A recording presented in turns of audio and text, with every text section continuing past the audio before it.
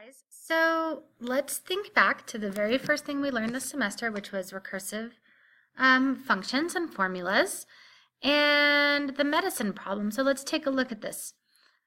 Suppose your aunt started a new dosage of 30 milligrams of allergy medicine and takes it every day at the same time. Her body eliminates 27% of the medicine each day. Create a mathematical model for this scenario and determine the amount of medicine in her blood after 5 doses. Explain your reasoning. So what I need you to remember are the different parts to setting up a recursive formula. So we start off with our first term. So I did U sub 1 is equal to 30 milligrams. So that's the very first pill she takes.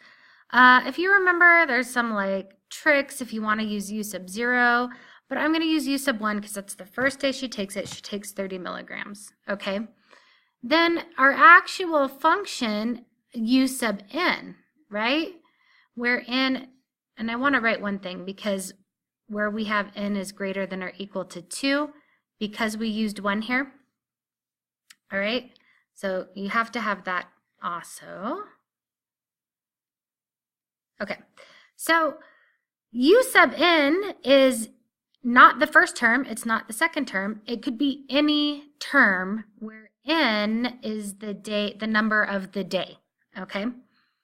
So the amount she has in her system that day is U sub n.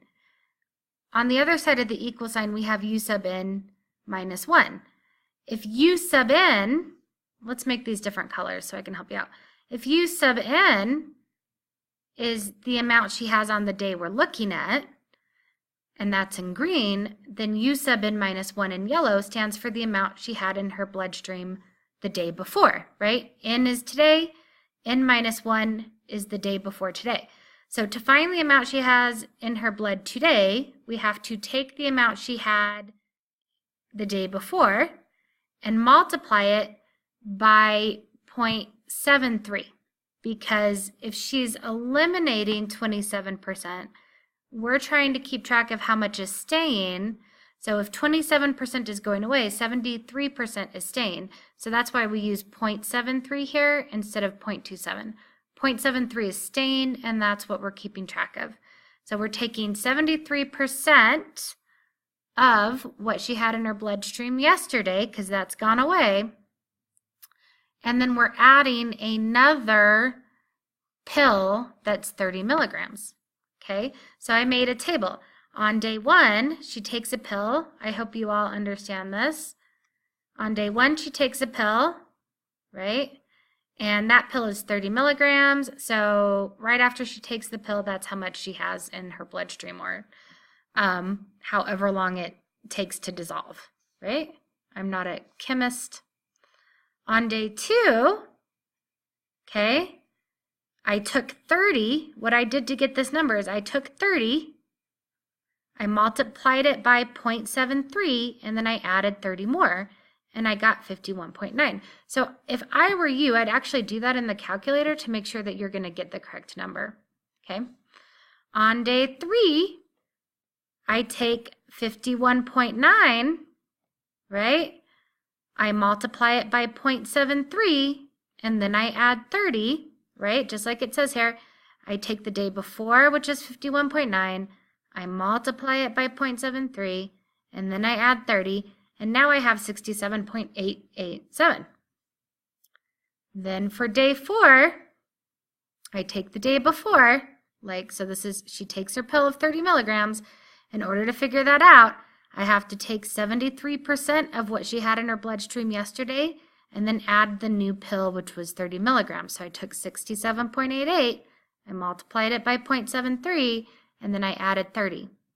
So on the 5th day, I just do the same thing. I took the day before, the 4th day, 79.56, multiplied it by 0.73, and then I add 30 to account for the pill that she just took. So in her bloodstream on the 5th day, after she takes the pill, she should have 88.08 milligrams of medicine in her blood. Okay. So the next step is The doctor needs to change the dosage because the allergy medication is most effective when there's 150 milligrams of medication in the bloodstream. Her body continues to eliminate 27% of the medicine each day. How much medicine should she take each day to maintain 150 milligrams of allergy medication? Okay, so here's where you're going to get confused. But basically, remember the green of our equation right up above was the amount in her bloodstream today. And that was equal to, in yellow, the amount of bloodstream that was in her blood yesterday. And then I'm just going to write the rest of the equation. 27% is still going away, so we're keeping 73% is staying in the bloodstream. Okay, the blood's keeping 73%. And we're going to add something. So we want to change the amount we're adding. So that's where I'm going to put my variable. That's where I'm going to put X. Instead of 30 milligrams, we want to change how much she's taking. But how do I know what goes green, what goes yellow? Well, what I want is for yesterday, I want to have had 150 milligrams in the bloodstream. And today, I want 150 milligrams in the bloodstream. Okay, so I want today and yesterday to be the same number. So now I just need to solve this for X. So let's multiply 150 times 0.73, and I think I already did that up here somewhere, but let's do it again. Let's multiply